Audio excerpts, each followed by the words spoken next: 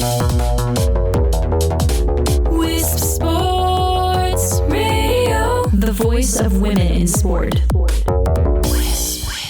This is Season 3, Episode 20 of The Horse Show on Wisp Sports Radio.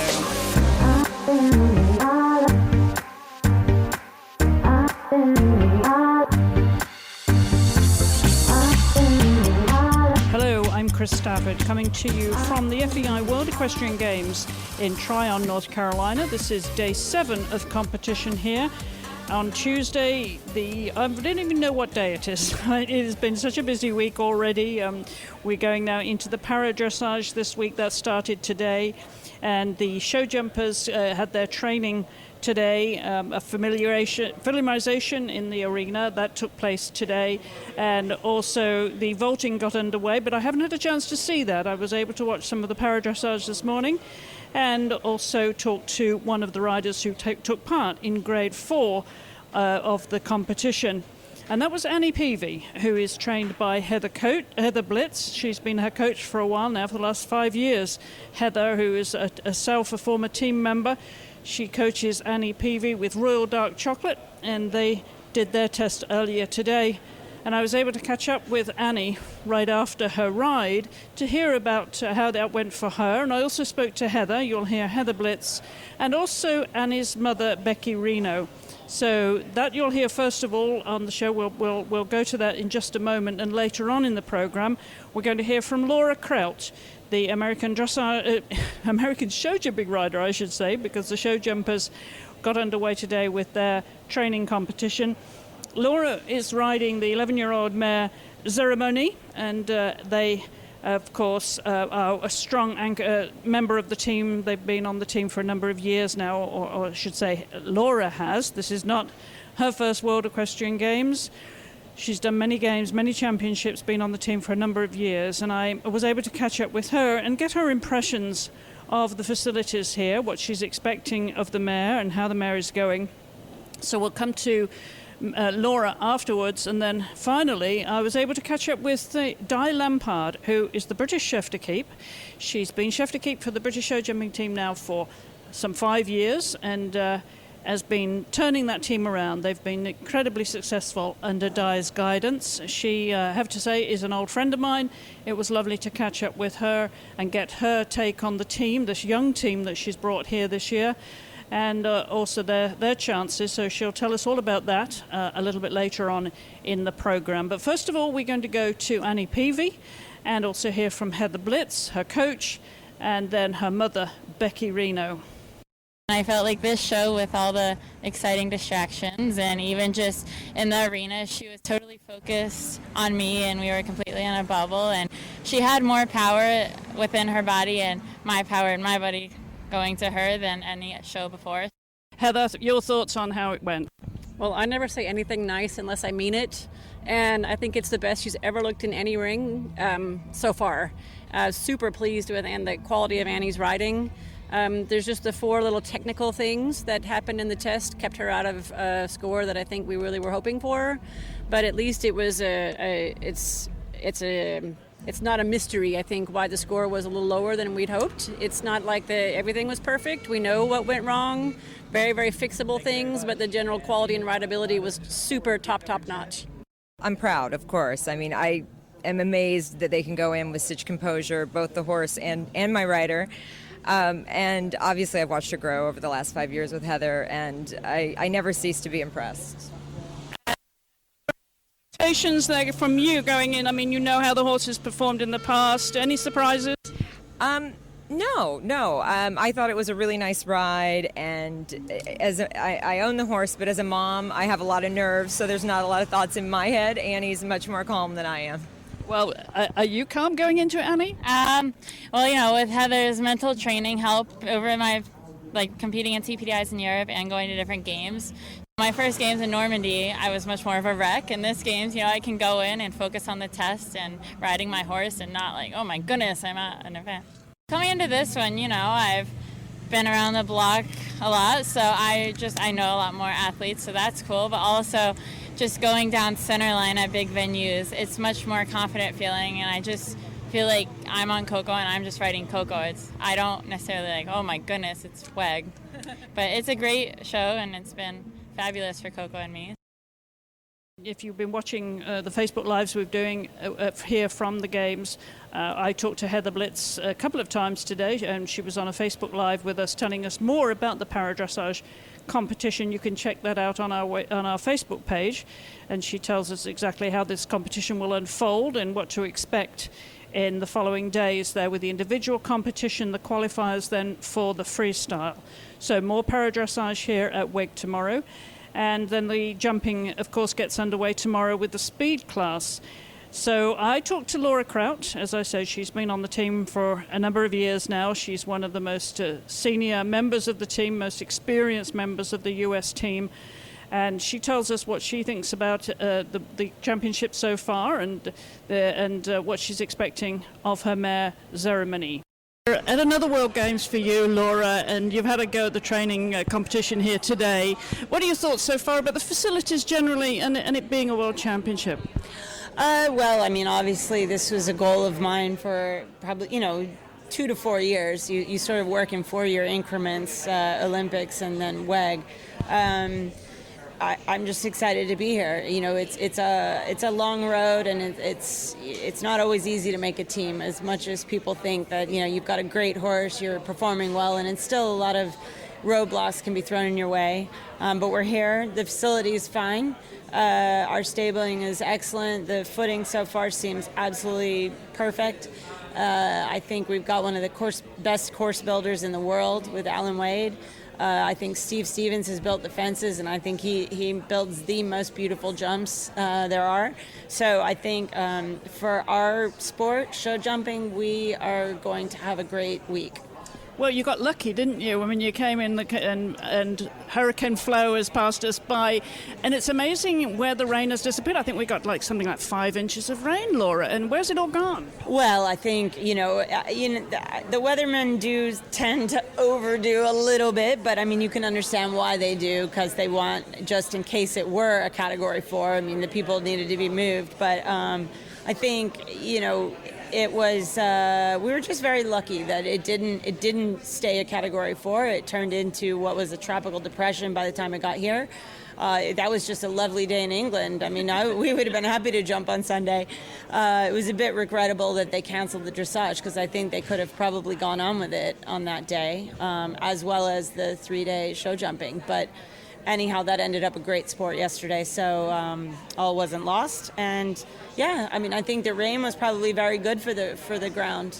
Yeah, I think it was great. This is new footing they've put in, and oftentimes it needs a lot of water. So I think it got enough, and it felt great this morning when I was jumping on it.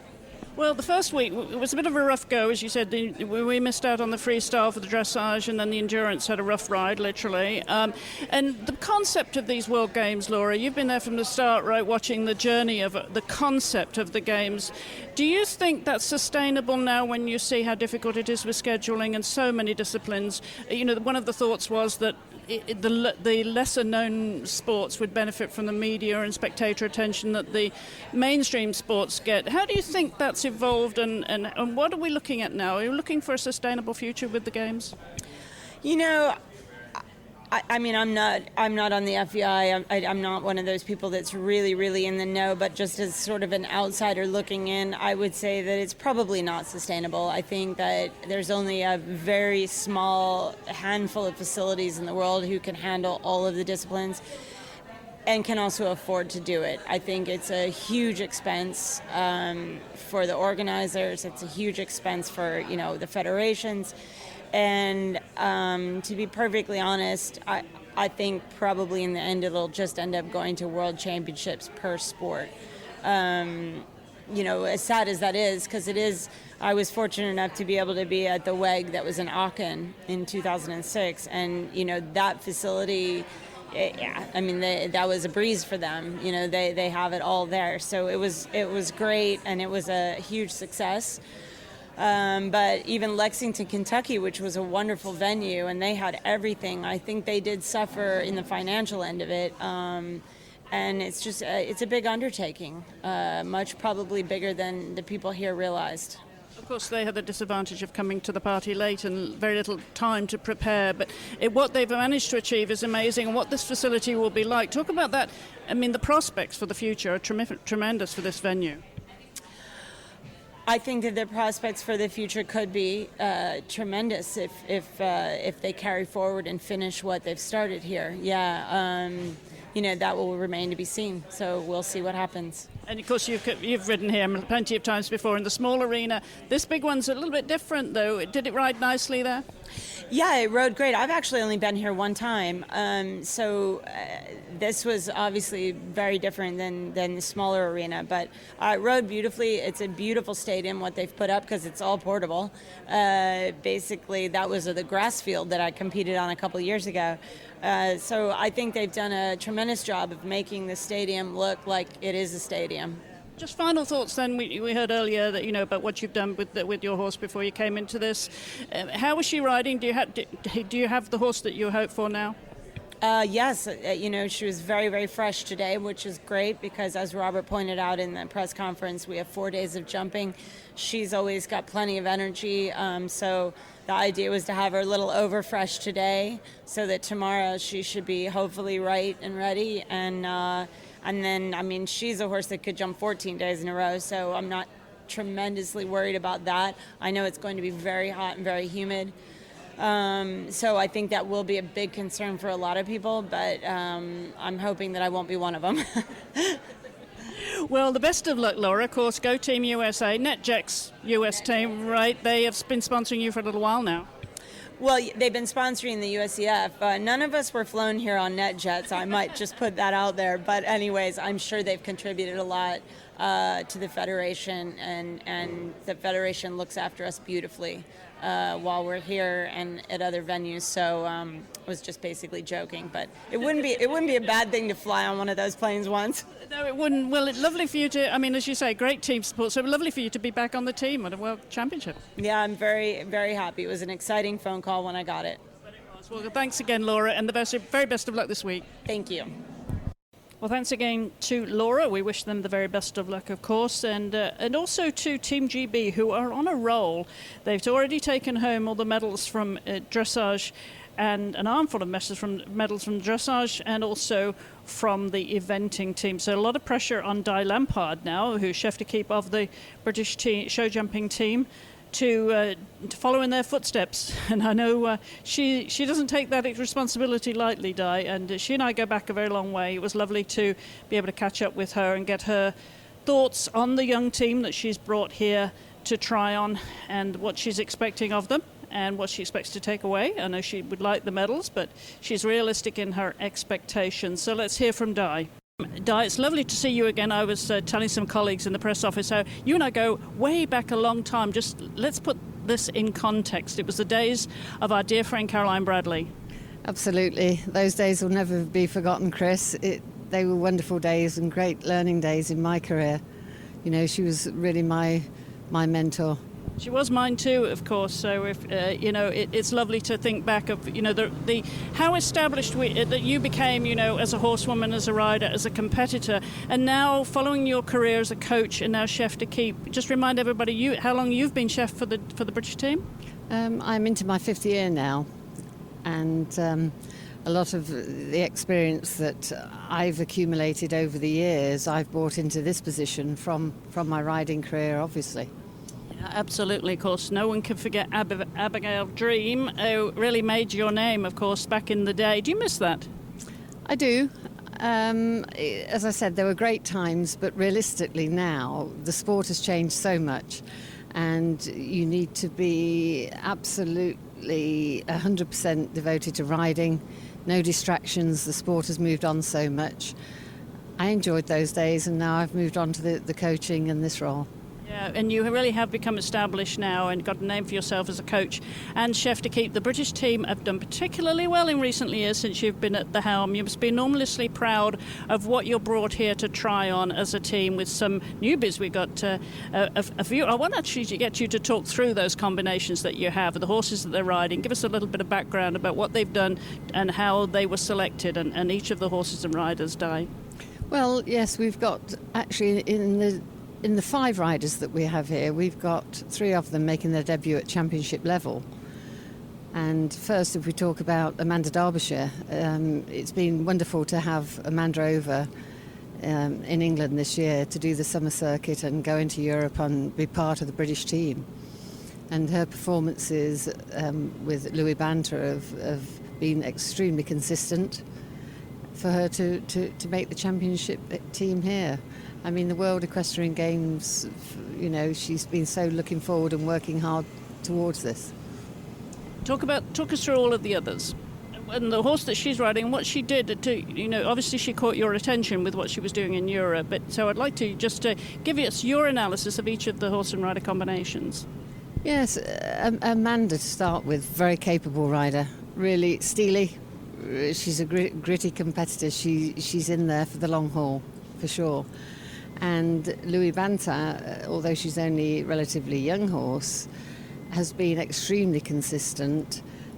Super temperament, the most lovely horse to be around in the stable and to work with. Super temperament. Very, very consistent, very careful in the jump, and the combination of the rider that puts the spark in there for the horse. I'm really looking forward to see them rise to the challenge this week because, I hope she's going to have a good week. A really classy mare with a strong rider there. And the other horses and riders? Holly Smith. This is Holly's actually second horse that she's had at international level. She had the Dougie Douglas horse 2 years ago that she produced from a young horse. And the Heart's Destiny that she's riding, which is really probably the talking horse of this year, has risen to fame very quickly. To think just only 14 months ago this horse was jumping 120s and doing working hunters, and he's really come through the levels very quickly. Although we've had a real planned season this year, we've taken it very much in stages. She's competed in 4 Nations Cups and been double clears and clear in 4, which was the last one at Dublin. A really classy horse for the future, but a little bit green at this level. We may see a little bit of greenness, but Holly, again, a very strong competitor. She's an out-and-out winner. She wins with all of her string. She'll be there to support the horse, and hopefully they can have a good experience this week. And then our other riders that we have actually in the team, we have William Funnell. And William is the most experienced of our team. He takes no introduction, and he's on the horse that won the Derby this year, that won the Hickstead Derby. And Billy Buckingham, he's jumped on Nations Cup teams for his double clears last year. He was planned towards the Derby and towards the championship this year, starting the season later. So the horse is comparatively fresh at this time of the year, which is good because he's a huge horse. He's 18 hands. And, he has a lot of blood in him. To look at him, he looks a big, heavy horse, but he's really quick on his feet. He's quite a sharp character. So we keep our fingers crossed for him because he, again, is only a 10-year-old like Louis Banter. And Heart's Destiny is only a 9-year-old. And then we have William Whittaker. William, it's his first team championships. He went last year to Sweden, to Gothenburg in the European Championships. He was one of the 2 individuals that went. But it's his first team experience, which is great because the spirit we have among the 5 riders is fantastic. It really is. They're very supportive of each other. They're having really good fun. But, they've all worked really hard to get here, and they know tomorrow when that bell goes what they're here for. Yeah. And, of course, we've got Alexander Thornton. And Alexander, she's young, she's studied at university, and she's coming more back into the riding now, the professional side of the riding. A few years ago, when she was 19, she jumped on a couple of Nations Cups, but she had a little bit of a lapse while she was at Harvard University, and now she's back full-time with the horses, and she's wonderful. She's supported the British team well this year. with, of course, Cornetto K. He's a proven horse at this level. So, again, they're all partnerships for the future, but getting valuable experience here. How are they coping so far? I know they've only had a training competition just to familiarise themselves with the arena, of course, but it is a big stage for anyone coming to their first World Championships. How do you think they'll cope with the pressure and the nerves and the responsibility of being on the team? Time will tell, but they're all very level-headed.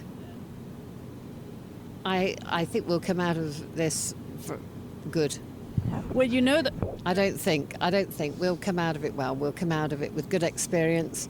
We know, like, we're looking back to the situation where we went to Aachen 2015 to qualify. That was the last chance. And we've made it quite clear this time that this is the first chance to qualify for Tokyo. And these young people have got old head on the shoulders and they're supporting each other. And hopefully they have a good experience and we get qualified for Tokyo. Yeah, obviously. And of course, the pressure's on you now because the dressage Team GP went so well in dressage and also in the eventing. I mean, that's a lot to compete with. I know show jumpers like to hold their own when it comes to keeping up with the medalists that have gone before them, and that are on obviously cracking form, Team GB. So does that give you a little bit as a chef to keep, and be responsible? Do it give you a bit of extra pressure, like, I can't let the team down now? Very much so, very much so.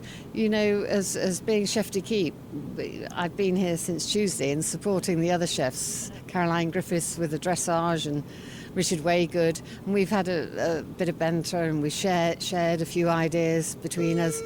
And yeah, very much so. I want a medal. They've gone home already. They've left with medals galore. So definitely want a medal, yes. Absolutely. Well, give us your impressions of the venue. You've travelled the world in so many different venues now, Di, and you look at this, which is a very new facility that's been expanded, to the extent that it needed to be to cope with the WEG. And we all know there's a lot of construction still going on when we arrive, but in terms for the horses and riders back in the barn and getting to the arenas, schooling, all of the logistics for your team, how have they panned out? The horses want for nothing. The facility here is very, very good. The stables, they're all permanent stables. They've got fans in them. They're all rubber matted floors, easy access to them, and very easy to the collecting rings. They're all very close.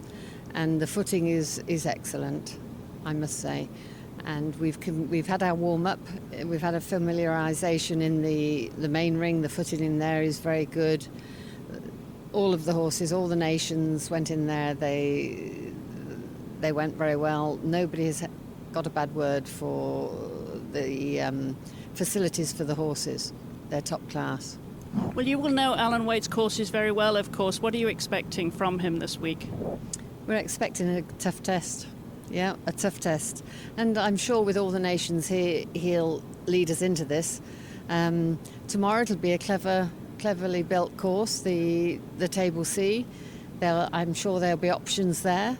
So it'll be tasking the riders and the coaches to make their judgment, because tomorrow very much counts for the rest of the week going into the team event. So there'll be some decisions to be made tomorrow. And then the first day of the team will be a strong enough course. But, from after then, it's going to be big. And he's going to be asking us to go forward, to open up the horses. The times are going to be spot tight. And then he's going to be asking for some shorter distances. And, of course, they've got plenty of scope with the heights of the jumps to build. It's the technicality that Alan will be playing with and the colours of the jumps and the background. And Alan is very, very good at playing with the colours. Oh, well, we can expect a colourful course or two out there. And the one thing I did want to ask you about, Di, traditionally we had the Final Four in the World Equestrian Games, World Championships, that's been going back for years now, but that was decided, I think it was last year, to cut that out.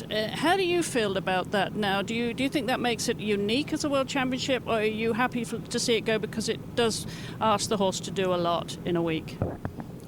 It's sad to see it go. It is sad because it is unique for a World Championship, and there's been great experiences of watching the riders change, and it really is so nice as a horsewoman to see the different riders on the horses, and even the balance of the horses change with how the riders ride. It's, you think a horse goes in a wonderful fashion, and then you see a totally different rider that alters the balance of the way the horse goes, and the outcome is very different. So as a horsewoman, it's very sad to see it go, but looking on welfare of the horse, I think they would have had to have changed the whole competition to cut the number of fences down, because to have the 4 rounds on the last day is so hard on the horses. The whole sport has changed now, so leading up to this, the horses are being asked to do far more. So I think it's unfortunately the sensible thing to cut it out, and the horses are so very, very precious. They're so valuable as well nowadays. I think possibly some owners and riders would look upon this differently. So to take that choice out of their hands, I can see why the change has been made. And, in terms of how the competition unfolds here, do you get more nervous for the, when you get to the speed, then to the Nations Cup, and then to the individual? How do you cope with the pressure? Well, everybody that watches gets nervous, and they all turn to me and they say, "Oh, I get so nervous when I'm watching." I do. I get nervous for my riders. I think it's, when you've ridden yourself, when you ride, you get a little bit of a twinge, but when you're actually doing it, you get on with the job, and exactly you're in control of everything in that situation riding. As a coach, you can't say too much, but you can't say too little, but you want to be there for them with having the experience. So, but you have to not show those nerves. I think the strong bit is not to show the nerves. The fortunate bit is that I get to ride four rounds with them, whereas when I was competing, I just got my own round. But, you ride every round. I ride every round with them, every jump even with them. And, it's good that we share when they go well, and we discuss when they don't. So, yeah. Well, you've been doing this a while, as you said, 5 years as chef. What do you most enjoy about being chef and coach? Working with the good riders. Working with the good riders and the horses. I love it. That's why I came into the sport, because I love horses, and I just like to work and see the nice outcomes, the good outcomes. I like to see the good performances and the good results come afterwards. But to see good performances done in a nice way is very, very rewarding. And these new team members, of course, getting their opportunity at a championship competition like this, it bodes well for the future when you see this rising talent. We've seen it, of course, with the combinations in the British dressage and British eventing this past week. It's really inspiring, isn't it, to see these young people come up and take their chance at a championship level, and it's their chance to shine. It is, and the door is wide open in the disciplines for them to come through, especially the eventing, the show jumping. It's wide open for the new combinations to come through. We have no shortage at all of good riders in England. And the thing is, when we come to these levels and Nations Cups, we're looking for the partnerships. And this is what it's all about. And the horses... They don't come frequently in the path of the good riders, and they are so expensive now without fantastic support by owners or big sponsors. The good riders are struggling. It's all about, as you say, them coming together and being right on the night, so to speak, and having those partnerships gel and work. And there may be medals in store, or there may not be, but as you say, you'll take away hopefully good performances here, Di, that will bode well for the future and building up your team for Tokyo. Yes, we're very much in a development stage in England with the show jumping, and we're getting well through it now. We've got better partnerships coming, as you can see, with 3 debutants here at the Games, and I think next year we're going to be even stronger, and we'll be on target then. Okay. Pressure's on you after the dressage and eventers. You've got to take some medals home for these girls and boys. I know, so I'll be running home, I think. You probably will. Di, thank you so much. Lovely to catch up with you again, and the very best of luck with your team. Thank you very much, Chris. Well, thanks again to Di. The very best of luck to all of the teams that are competing in the show jumping starting tomorrow in earnest with that speed competition. We'll have more of para-dressage tomorrow, and then vaulting. We're trying to catch up with some of the vaulters as well before the carriage driving starts, and it will all happen so quickly here in Tryon. Before you know it, we'll be into the weekend and the final medals. But for now, that's it from Tryon. Don't forget to check out our Facebook page. That's where we've been posting Facebook Live.